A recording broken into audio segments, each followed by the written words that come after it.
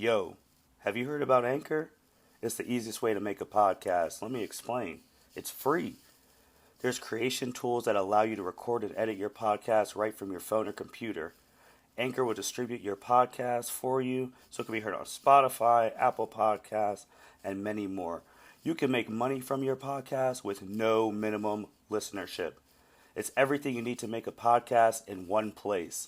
Download the free Anchor app or go to anchor.fm to get started.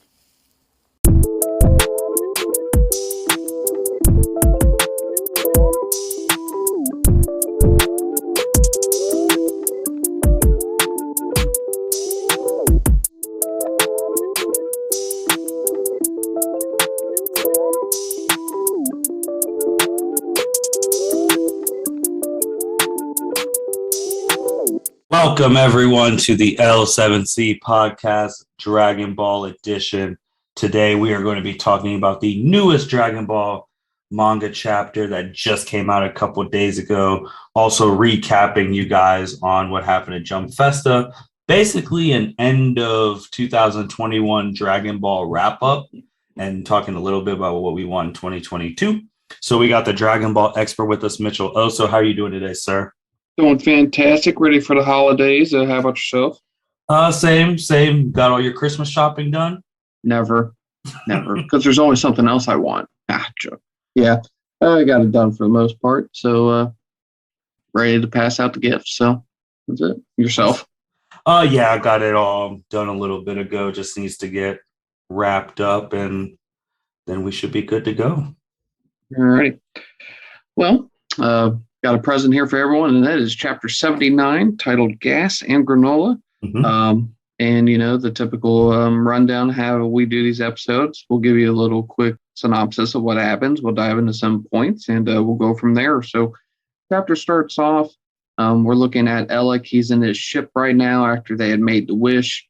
And you see off in the distance that Granolah and Gas are fighting, and Alec makes the comment that he's guessing that Gas is now the strongest in the universe. And his little assistant asks if they wish to move closer to the battlefield. And Alec says no, he doesn't want debris falling into his wine. But then also, more importantly, he's got one more urgent errand to handle. So Alec is going to go and do his thing, which we'll find out what that is in the next couple of chapters. And then we are taken back to the battlefield where we see Oil and Mackie about to, they're talking to Monado, and they're questioning where Vegeta went. And Monado says, I don't know. And Oil and Mackie are going to basically beat up Monado for the answers.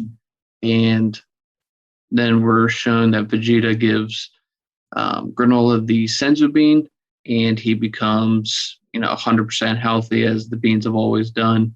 Granolah is in shock that he is completely healed. Vegeta tells him to hurry up, don't waste time. Granolah goes straight to serious mode, and he races off, or maybe even teleports, instant transmission, right over to where Oil and Mackie are, and he gets in between them and Monado. Says that old man's off limits, while Mackie and Oil are completely stunned. And Granolah then just force pushes him, blasts him into the hillside of a cliff. And we then see that Gas is beating the hell out of Goku. He has Goku's shirt, collar. He has a spear, and Goku's shirt is hanging on that spear, and Goku's pretty beat up. But the Gas now has his attention on Granolah, and Gas is surprised, and he questions that how was he healed, and then Monado gives Granolah back his eyepiece that he got rid of few chapters ago. So him and Oatmeal are now, back working together again. And Oatmeal makes a joke that apparently if you're the strongest you don't need any support. And Granolah says, no, I'll always want you backing me up. And then right from that moment, right whenever he gets his eyepiece on, he powers up. He goes to red eye mode that he's done before. Now Gas is really interested in the power spike of Granolah. And Vegeta shrugs in the moment that's to come. And Gas tosses Goku to the side. And now their battle commences. Starts off with Gas creating two shields over his forearms on both hands. And then they start charging at each other. And Mackie and Oil can't believe that Granolah is back up and running just fine. But Oil says that, relax, Gas is the strongest now. He's going to win this for sure. And this chapter is, it's just pure fighting. From this point on, they're going back and forth, and Gas is trying to use his shields kind of as a weapon to, kind of jab at Granolah. He uses them as a shield to block Granolah's attacks, but Granolah seems to keep Gas on his toes, and then he switches over to a staff and tries to stab Granolah with it. Granolah intercepts it, takes it out of his hands, smacks him in the face with it, and then he creates a whole bunch of knives, Gas does, and throws them at Granolah, and Granolah just smacks him away. And then we get a little bit of feedback from Oatmeal. He's informing Granolah that his heart rate is elevated, and he needs to remain calm and focused. Granolah acknowledges it, keeps on attacking, and then Oatmeal gives another heads up that there is a wrecking ball incoming from above. Out of nowhere, Gas creates this giant wrecking ball on the chain and is trying to slam it down on Granolah. Well, Granolah intercepts it, and it explodes above him. But Granolah is perfectly fine. Again, Oatmeal giving some, battle advice, says that he is then now surrounded by projectiles, kind of looking like the knives again, but there's 46 of them around him, and Gas then shoots all of them towards him, and Oil and Mackie believe that they have won, but then as the smoke clears, Granolah caught every single one and tosses the knives to the ground, and he states to Gas that these tricks are not going to work anymore. So essentially, Gas's moves are not working, and Granolah has him on the ropes. And Vegeta and Goku are talking after Monado goes over to Goku.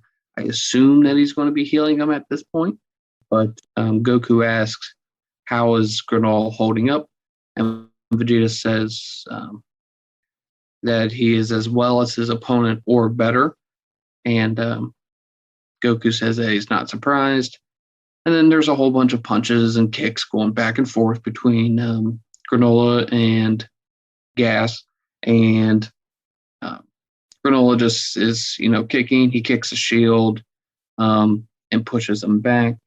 And then Gas then spawns is it a joust? A javelin? Joust? Javelin. Javelin. And pulls out a javelin, and he's going to, throw it, but Granolah doesn't even give him an opportunity. Sprints right over to him, punches him right in the face, and launches him, and he smacks into a tree. And Oil and Mackie are surprised, well, especially Oil is surprised that Gas is getting beat. And Vegeta makes the remark that Gas only achieved his title of the strongest just a bit ago, and that Goku says that he can't make the most of his full power yet, just like Granolah did at first. Vegeta suspects that is the case. And back to fighting, we go see that Granolah now has a sword, and he's trying to use that sword, and he's just getting his ass kicked. He gets kicked up into the air, and then Vegeta makes a remark that the gap between them is evident. This is Granolah's last chance. and Goku asks, why is Gas sticking to just one move using those strange weapons? And Vegeta says that it's hard to say, but perhaps he gained that ability from the wish to become the strongest. And Monedo contradicts that, saying, no, Gas has always used those weapons to create things out of nothing. And Vegeta and Goku, surprised that is the case.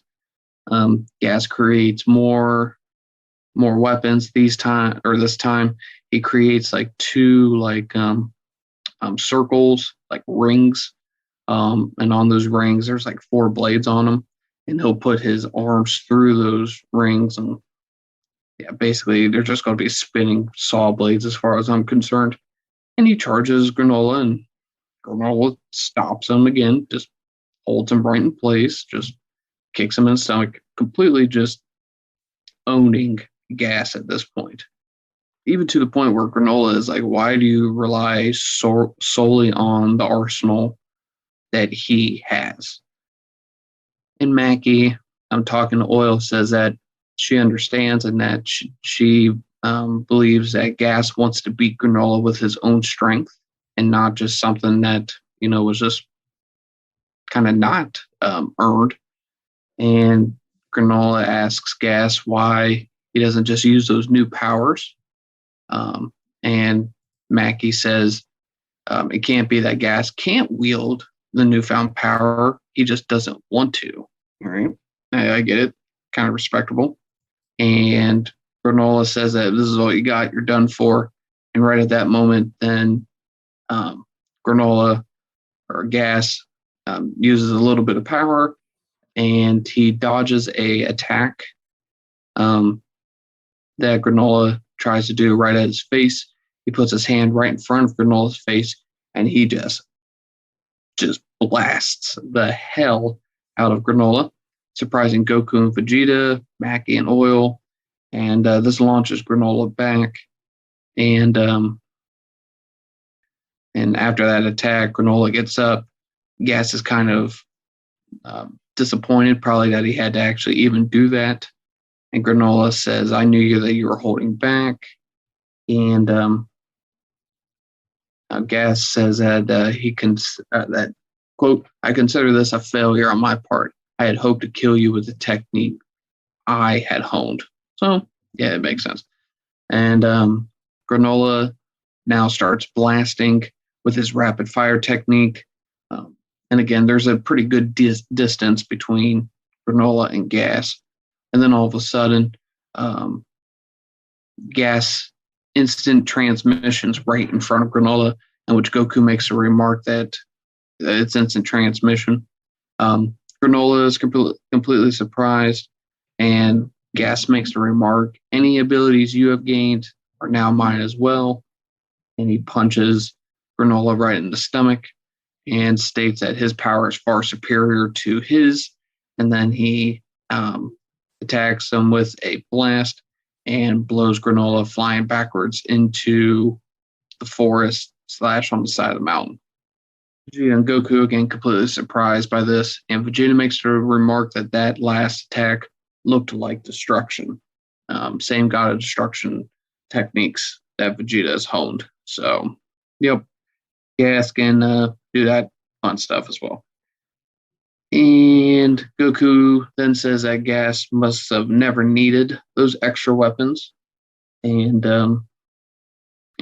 Gas, as he's learning his new powers, makes a remark that he understands now. So he must understand what he just did there. Granolah bounces back up, flies into the air, rips off his jacket, so it's just his athletic gear, I should say, and his suspenders. And he's ready to continue to fight. He's got a lot more in him.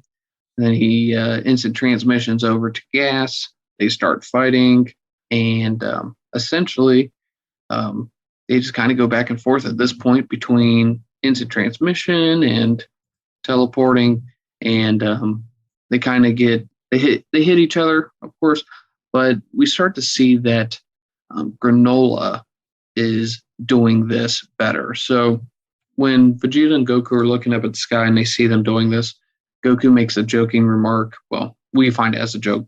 Goku's really serious. He says, "Are they for real? They're both using instant transmission or transportation like it's nothing." And I struggled so hard to learn that move. So Goku's jealous, envious, and well, I get it. And they're fighting back and forth, but it just seems as though that Granolah is using the instant transmission better than what Gas is. And this is made clear by Vegeta. Since Gas is not familiar with how instant transmission works, and Granolah has had more time, he just hones it better. It also might be in part. It doesn't say anything here, but I wonder if Granolah's race. I wonder if that has anything to do with him being able to be as efficient with an instant transmission move, being able to be precise with even his regular attacks. That's just something to ponder on. But Granolah, again, is fighting, punches Gas in the stomach, and then Gas knocks Granolah to the ground. And Goku makes a remark that, yeah, he is using it more accurately. And Vegeta says that he still stands a chance. And then the last image shows Granolah on the ground looking up at Gas, smiling, and Gas is in the air, kind of in a panic, looking down at Granolah, who is seemingly unharmed. And that's it. That's how the chapter ends. So, like I said, all action, all fighting for the most part, and just a couple key points to discuss. So, yeah, this chapter was all action between Gas and Granolah. Technically, I guess the two strongest mortals in the universe right now. And yeah, it was high action. It was interesting that maybe because Granolah ate that sensu beans and now he was full powered, and I doubt, I don't know, maybe he also got the Sans ability to be stronger after a near-death experience, so maybe that's why he's still holding his own. But I still think Gas is still holding back a lot, especially that panel where he basically blasted him to next week a couple times. Just went the Hakai thing. yeah. And then also there's a page too where Granolah caught those wind blades that Gas got. Mitch, I hear a lot of people saying he did that in a UI fashion. Are you one of those people? So I'm going to have to be honest with you. What are people saying? I did not hear this, but granted, I've been a little crazy with holidays. But what are people saying? On page 26, when you see Granolah catch, I guess 26, 27, where Granolah catches the wind blades with his eyes closed. Yeah. Yeah. They were like, oh, that's a little UI fashion like that. So some people are like, did he get UI all of a sudden? I don't think so. And just my first thought, and now this is based on my thought that these individuals, Granolah and Gas, are not able to get the ability of Ultra Instinct. Mm-hmm. Okay. Now, again, that's because that's a divine origin, but you can counter that and say they have, they have destruction abilities. The only thing I can say is that I really don't know. I really don't know how to structure my argument, because I'm like, we're seeing these destruction moves, but they're not the Hakai move that this is not the same move in which Beerus used to destroy Zamasu, and it's not it's just not how we've seen stuff get Hakai'd. There is no when Zamasu got killed, there was no explosion, right? And so I don't know if there's a inconsistency that has occurred since then with what Energy of Destruction does, but when you saw, and again, this is anime that I'm kind of referring to, so maybe the manga treats it differently, but when Topo, for example, was using energy of destruction and turning it into power, and he was destroying all them boulders and rocks and of the arena. Those were just disintegrating into dust. So we haven't seen anyone actually Hakai. Even okay, if you want to talk about manga stuff, when Goku Hakai'd merged Zamasu, he wasn't exploding. He wasn't being, again, it wasn't an explosion. He was slowly deteriorating to nothing. Not until he, portaled and grabbed Mai, and then Goku had to stop so Mai didn't get killed, and then he regenerated. But regardless, I don't know. But yeah, I don't think that this is UI. Now my counter is that this reminds me of when Gohan fought Cell and caught the Destructo discs. At least at the time being, yeah, I have to disagree with the community on that one, or at least one thing that I feel like if that was the case, they would focus on that more. At least when Gas used destruction, Vegeta acknowledged it. If there was a panel where like Goku flinches, or like even if Goku doesn't say anything, they just show that Goku is like,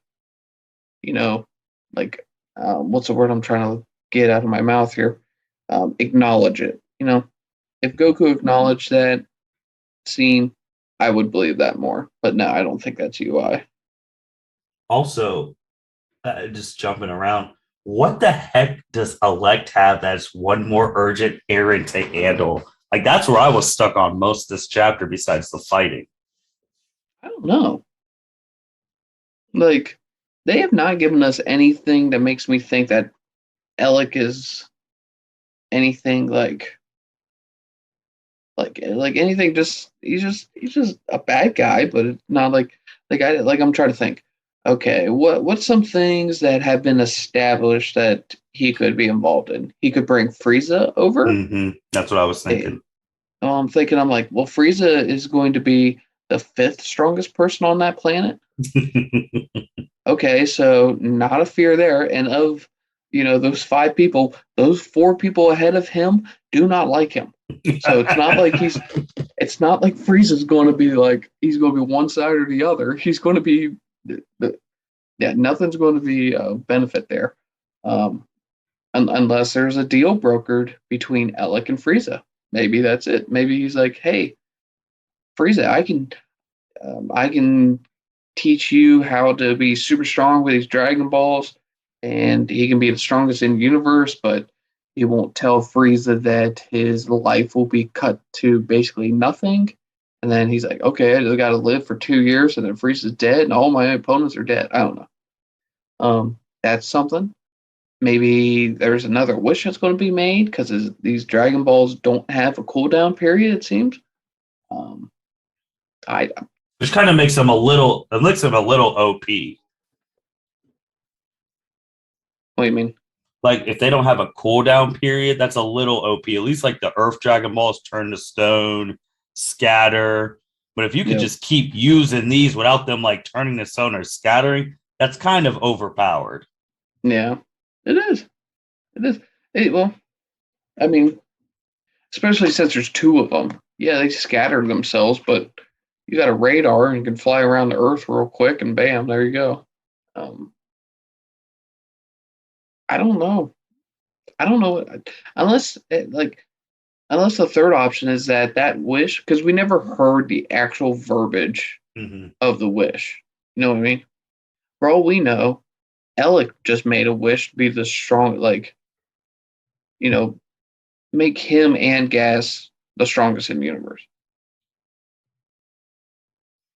True. That is true. So, I mean, that's all I can think of. I mean, Alec has to fight, right? This is the main bad guy. Gas is not. Gas is a badass. Don't get me wrong, but Alec is a mastermind behind this. Yeah, he's pulling all these strings that eventually he will have to fight. We just don't know when. And like you brought up Gas, and Gas wanting to win using his own skills, really respected that. Also, the page on 21 where he's fighting Granolah and basically has the Wolverine claws. If you were able to, oh yeah, but I do see that. Yep. So that was really cool, and I do like his ability a lot, like to manifest weapons and all of that. But when he's like, "Oh, you can't beat me with your own skills," and you see how pissed Gas Guy's like, "Man, now even if I win, I consider it a failure." I mean, like what you said, I respect it. I mean, there is a sense of pride in learning your craft and fighting and winning the way in which you know best. I mean, when Vegeta flew off to go train on his own on planet Yardrat to fight Moro, that's what he said. He's like, I'm tired of magic, I'm tired of transformations, I'm tired of blah blah blah. And he went and honed his craft, and that's how he wanted to win. He didn't want to cheat and steal energy like what Moro did, and pretty good. It's kind of funny too because Goku was basically getting stomped off screen. What happened to the old days where, I guess I can't believe I'm calling Tournament of Power old days. The old days where you're getting stomped and you automatically just go into UI sign. It's well, I don't want to say inconsistent. It's just you got to advance the plot. Is just how it is, and sometimes things don't match up with what's been established in the past, and you just hope that it makes sense, or at least what you're looking at is pretty good. But I mean, I'm happy to see that it's Granolah versus Gas. We've always just had to deal with Goku and Vegeta, and now they're just on the sideline watching these two super strong dudes just battle it out. So for now, I mean, I still think I think it's going to be Goku versus Alec at the end. Yeah, even though even though it shouldn't be, it's just no, it shouldn't be. I don't think so. The only thing that's unique about this arc is just that Bardock was involved. Yeah, that's it. That's it. In terms of Goku, he doesn't have anything that builds up this arc. He just fights. Vegeta got a brand new transformation, and Granolah is the one who's had the most character development. And it's kind of also a bummer too that Granola's not going to be anywhere after this arc ends. This guy has 3 years to live, and essentially when this arc ends, in which you informed me earlier that this arc is reported to end in 2022 at some point. So 3 years in the super universe he has to live, but as far as I'm concerned, he has about 8 months left. Yeah.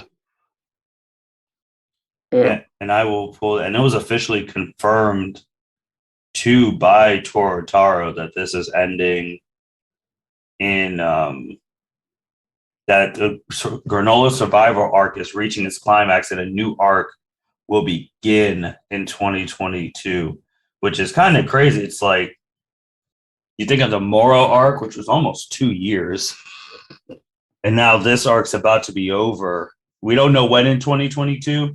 It could be after the movie. It could be at the end of 2022. But the fact that we still have no Frieza, which we've been saying for months, when is he showing up?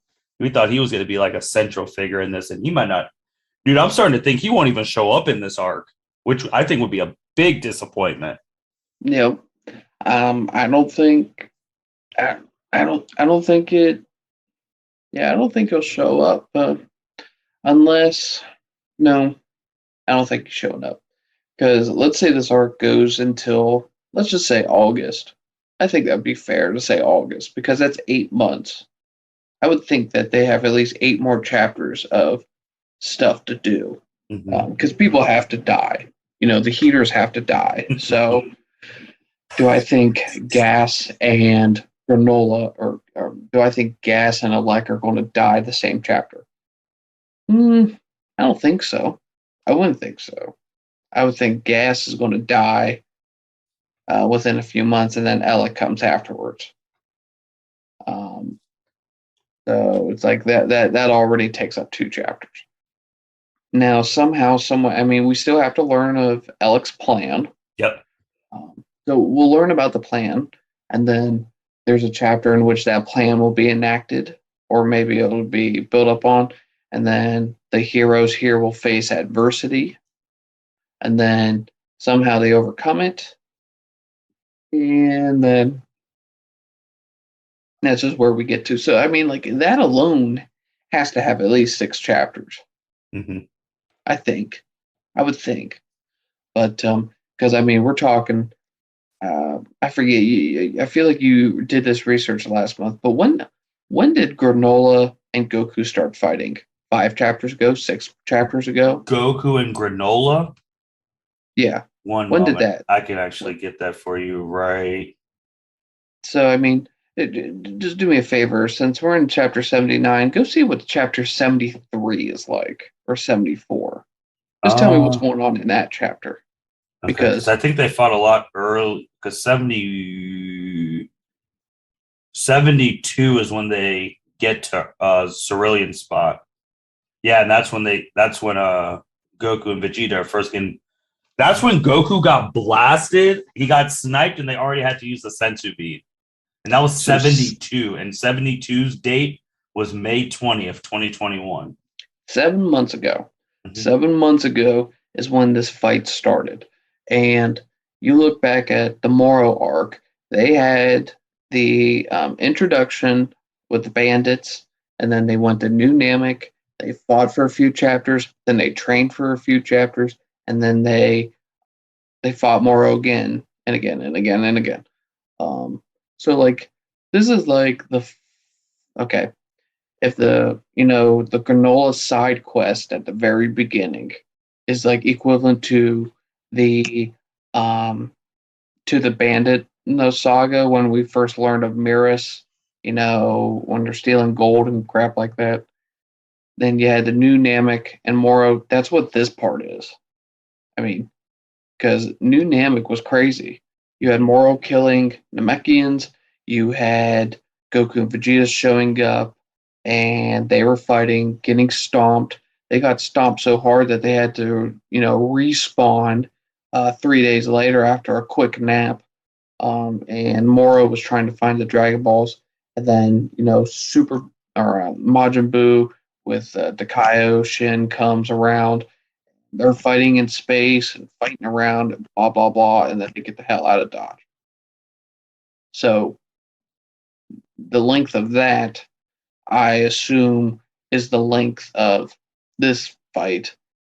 So we're going to have Alec's story is going to take place kind of like how Goku and Vegeta's training to be stronger than Moro, and then we'll have the finale, which will take a little bit, but I don't know. Talking about that, this has to go till December.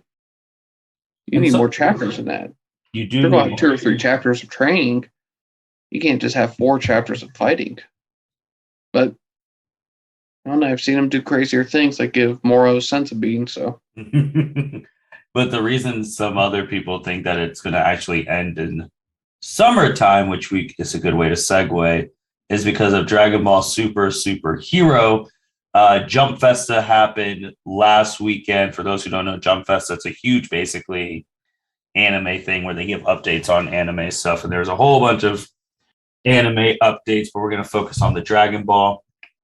Second trailer came out for Dragon Ball Super Super Hero.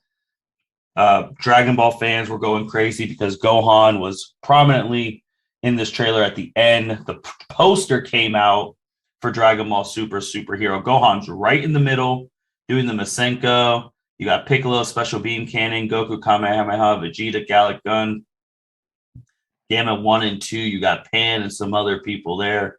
We also got a release date, and it's coming out in Japan April 22nd. That is when Dragon Ball Super Super Hero is coming out. Mitch, you saw the trailer. So what do you think about it coming out April 22nd? And let's just Gohan front and center. It's looking like Gohan is going to be the main character of this movie, to our knowledge. What do you think? Well, I'm glad that, Gohan's actually going to finally get some, acknowledgement, as we've all been requesting for, I don't know, feels like 30 years. JK. But I'm excited for it. I'm excited to actually see Gohan take control and be front and center. My issue though is that I don't want to get my hopes up until I see it, because take the movie, Wrath of the Dragon. Take Hirudegan's movie. We had Trunks and Tapion. We had, their story was the central figure of that entire story, about Trunks befriending him and Hirudegan escaping, blah, blah, blah. And that's how Trunks gets his sword. That's how that entire movie was until the very last second when Trunks cuts the tail off of Hirudegan. You're thinking that he's going to deal with the deciding blow to kill Hirudegan, and Goku says, "No, Trunks, this is my monster." Goes Super Saiyan 3, Super Dragon fists him right in the face. Like, I don't think I've recalled ever seeing a film completely ditch what it had worked on for the first hour and 15 minutes so fast for anything they could figure out to finish the movie. Like, that's where I'm nervous here. We're talking about the Red Ribbon Army created 2 androids, Gamma 1 and Gamma 2, and they're trying to seek revenge. Goku beat the Red Ribbon Army whenever he was a kid. Essentially, Gohan beat the Red Ribbon Army whenever he defeated Cell. And now here they are again, being ran by new people. And we got 2 new androids who are strong as shit. Now, why are these androids super strong? I don't know. Power levels don't mean anything. If you're going to tell me that Goku cannot turn Super Saiyan Blue for some reason to fight 2 androids and win, then I don't even know.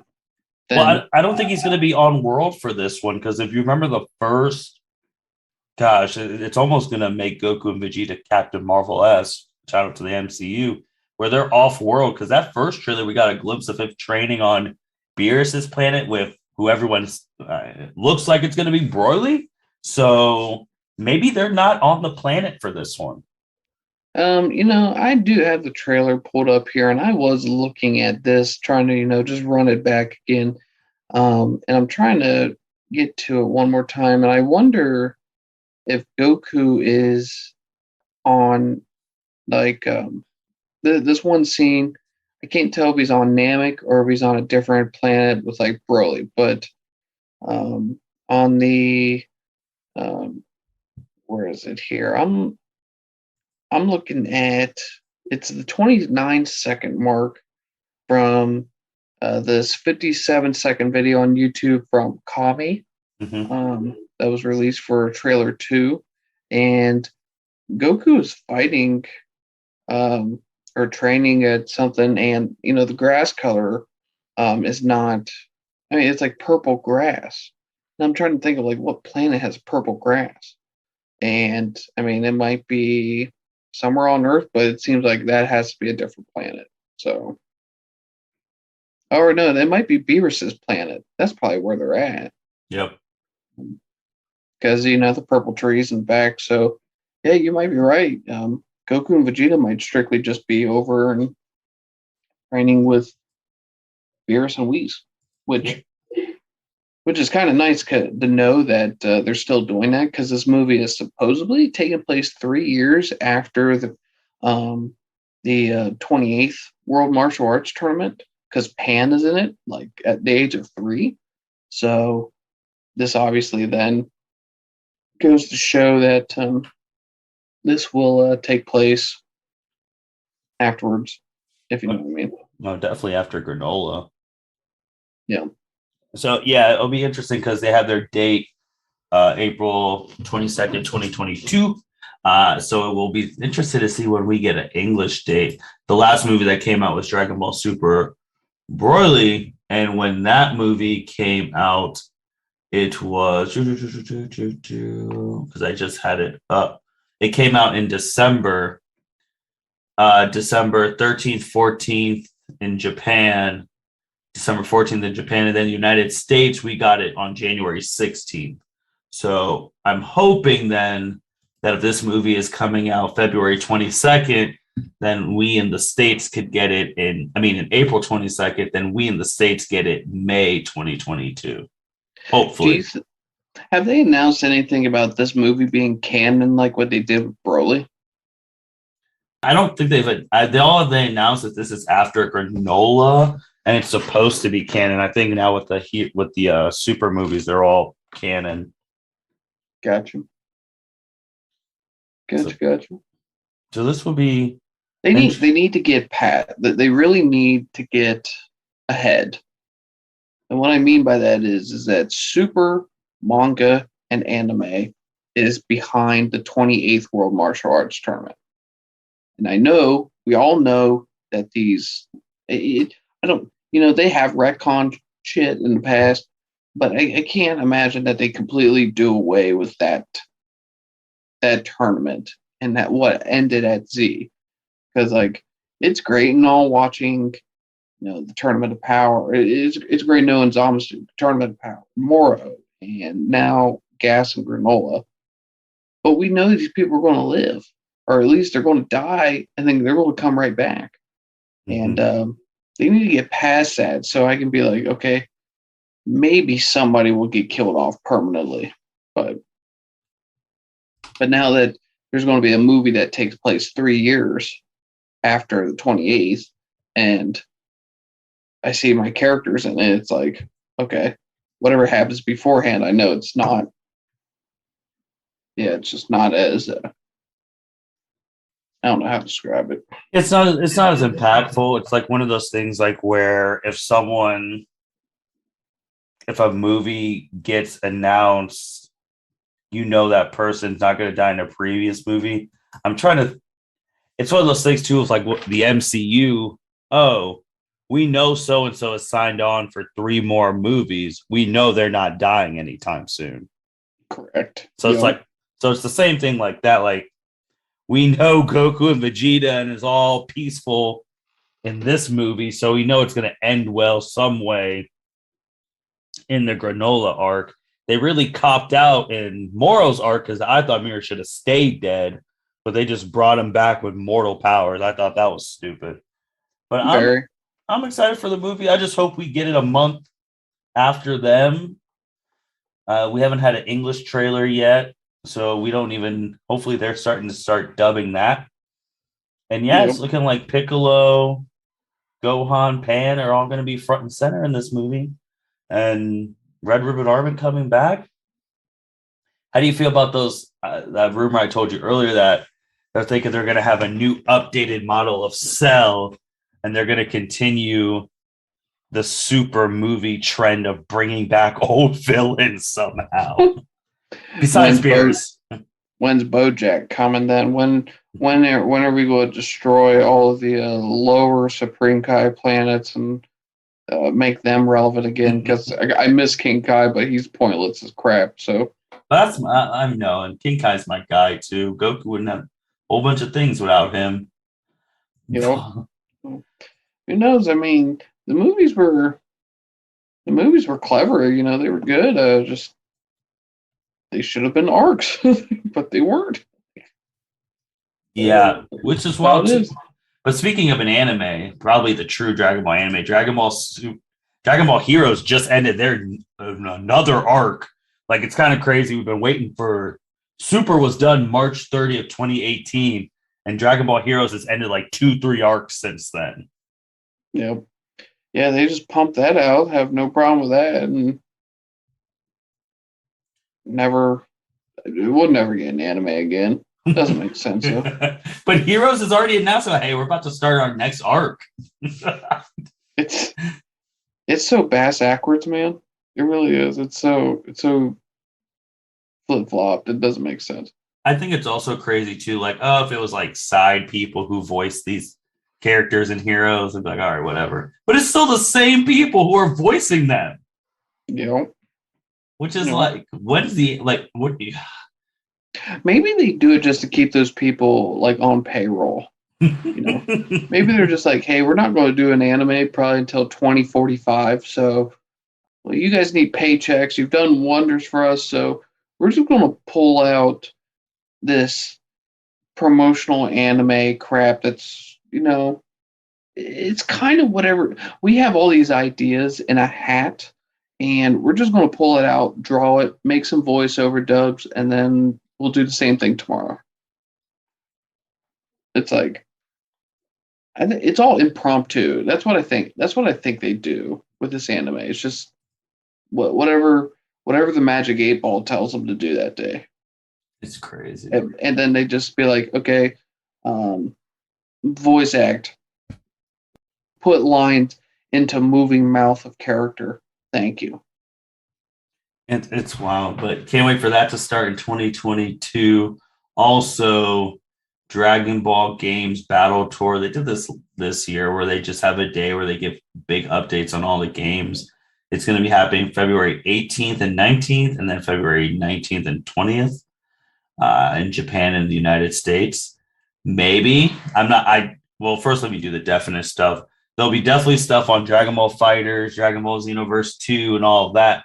Maybe you get a Xenoverse 3 reveal since it'll be 2022, but I'm not going to be the one who says it's definitely going to happen because I don't want to look like an idiot.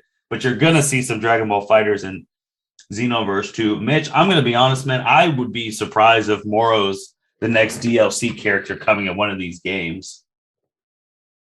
Yeah, I mean, it has to be Moro, obviously. So, I mean, or would they be smart and just put Moro in Xenoverse 3? I think make that a selling point for the game to get sales to go up, because I won't lie, if you're going to if Xenoverse 3 is in the works for the next couple of years, if you're going to put Moro in, then you better put gas in Alec and the heaters and you don't want to just create DLC just put all these people in there. Mm-hmm. Unless that's how that's your method towards making money. If you want to create Xenoverse 3, you have to figure out something that's going to draw sales with the new story. And Fu is going to be able to do that, and all of them, Mira and Toa, blah, blah, blah. But, something has to be added, so... You were also right about Dragon Ball Time Breakers. How, from what I've seen, that game's not going to be like a full $60. It's going to be a lot cheaper. How we talked about last month, how that game came out of nowhere, and it's going to be connected to the Xenoverse world and all of that. But it's going to be a lot cheaper, which means I feel like they just threw this game out as a stopgap to get ready for 2022, and they're going to release a whole bunch of Dragon Ball stuff. Yeah, it's just there's no way that it's $60. It's going to be glorified DLC in game form. Honestly, it would be best if they just probably added it as Xenoverse DLC instead of making it a whole.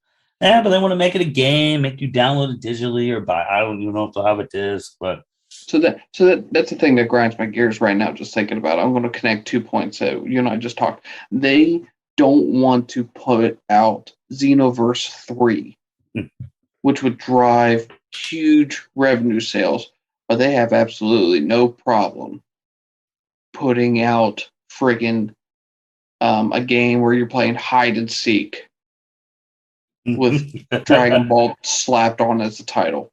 That it should be DLC.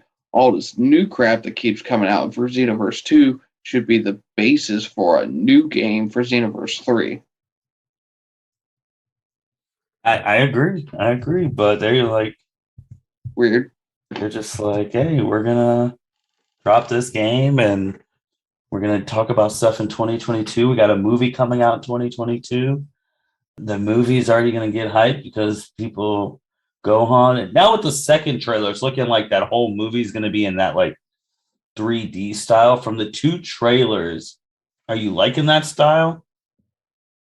Mm, what I'm nervous about is that, I liked what Broly looked like. Yes. I did. My only issue with Broly, the movie, was some of the fight scenes with Gogeta Mhm. and Broly. It was just hard to keep track of because they're going in and out of dimensions, and it's really quick. And the camera, sometimes they put it up close to make it look faster. It's like shaky. It I don't want to say it's like shaky cam, but like that was the only drawback. Sometimes I wanted the camera to be focused in one section. Let me look at what's going on. I didn't want the camera to actually be moving as much as what it did. But overall, I don't really have any true complaints. It was all pretty fantastic. But now, this movie is going to be kind of in this 3D animated format, and we've, at least that I can recall, we've never seen something like that um, in a media format. So I don't know whether I want to be excited or if I want to be like, okay, you got one chance. You know what I mean? Fair enough, fair enough. Mitch, anything else you wanted to hit on before we're basically that's the end of year, let's ending the year of Dragon Ball. And what do you want? Like, what's one thing you want in 2022? The same thing I asked for in 2021. I want an anime announcement. Same thing I asked for in going into 2020 minus a pandemic. It's just I wanted an anime announcement. So um, same thing I wanted to. We're just going to keep going back until the anime got cut off there. Um, yeah, I want. Remember, the anime was supposed to come back in 2019. Well, those people were wrong. Sorry, geekdom. I appreciate all your help towards the community, but that prediction was incorrect. So, but no, I just want to keep doing this, man. I just want to keep doing what I love, keep talking, and talk about Dragon Ball best of my ability. But I hope for 2022, I do hope that we get an anime announcement, but just for the pod, I hope the anime announcement comes on February 20th, 2022. I wanted to come the day that we do a podcast. You don't want it to come on Coop's birthday? Okay, that would be cool. But like it would be nice if because sometimes as the listeners know, we do try to do these on the 20th, but just due to mostly it's life, just busy schedule just for myself, family coming into town, or just trying to take care of Cooper, and we would just record it too late in the evening or whatnot.